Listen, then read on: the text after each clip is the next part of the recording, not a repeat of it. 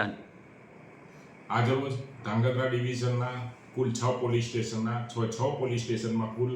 List પ્રમાણે 381 અસામાજિક તત્વો છે, જેમાં શરીર સંબંધી ગુના, વ્યાજખોર, ખંડણીના, મિલકત સંબંધી, પ્રોહિબિશન, જુગાર તથા લેન્ડ ગ્રેબિંગના ગુનાના આરોપીઓ જે છે એ લોકોને આજે અત્રે ડીવાયએસપીની કચેરીના ગ્રાઉન્ડમાં બોલાવવામાં આવેલા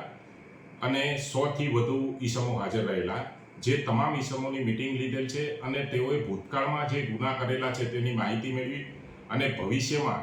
તેઓએ કેવી રીતે રહેવું, સમાજને કઈ રીતે ફાયદારૂપ થવું તથા કાયદામાં પાસા તડીપાર વિશેષ જોગવાઈઓ જે છે ગુજસીટોક એની પણ સમજ કરવામાં આવી કે ભવિષ્યમાં તમે બીજા કોઈ ગુના કરશો તો બીએનએસની કલમ પ્રમાણે પણ 112 અને 113 મુજબ અને 111 મુજબ કાર્યવાહી થશે અને લાંબા સમય સુધી તમે જેલમાં રહેશો તો તમારા પરિવારના સભ્યોનું શું થશે તે બાબત પર સમજ કરવામાં આવી છે અને મોટાભાગના જે હાજર 100થી વધુ ઈસમો હતા એ લોકોએ ગેરંટી આપી છે કે અમે ભૂતકાળમાં જે ભૂલ કરી છે ભવિષ્યમાં નહીં કરીએ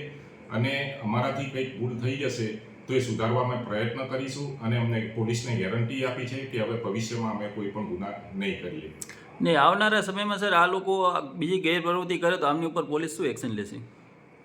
આજે જે ઈસમોને બોલાવવામાં આવેલા હતા એ તમામની વિરુદ્ધમાં 2 કે તેથી કોઈ પણ હેડના ગુના દાખલ છે।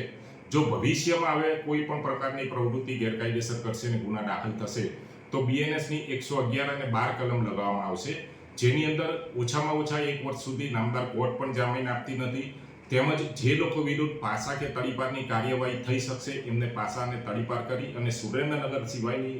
અન્ય જિલ્લાઓની જેલમાં પણ એમને મોકલીને કાર્યવાહી કરવામાં આવશે। આ ઉપરાંત હાલની અંદર ડીજી સાહેબશ્રીના હુકમ પ્રમાણે તમામ અસામાજિક તત્વોના ઘરે વીજ ચેકિંગ પણ ચાલુ છે અને ગેરકાયદેસર જે મળી આવે છે એ કનેક્શનો કાપી અને દંડની જોગવાઈ છે એ પ્રમાણે દંડ પણ કરવામાં આવેલા છે અને નગરપાલિકા અને સ્થાનિક પંચાયતને સાથે રાખી અને જે પણ અસામાજિક તત્વો છે એ અસામાજિક તત્વોએ પોતાના રહેણાંક કે આજુબાજુ ઓફિસ કે દુકાનોની અંદર કોઈ પણ પ્રકારનું ગેરકાયદેસર બાંધકામ, દબાણ કે અન્ય ચીજવસ્તુઓ કરેલી હશે તો એ હટાવવાની કામગીરી પણ હાલમાં ચાલુ છે।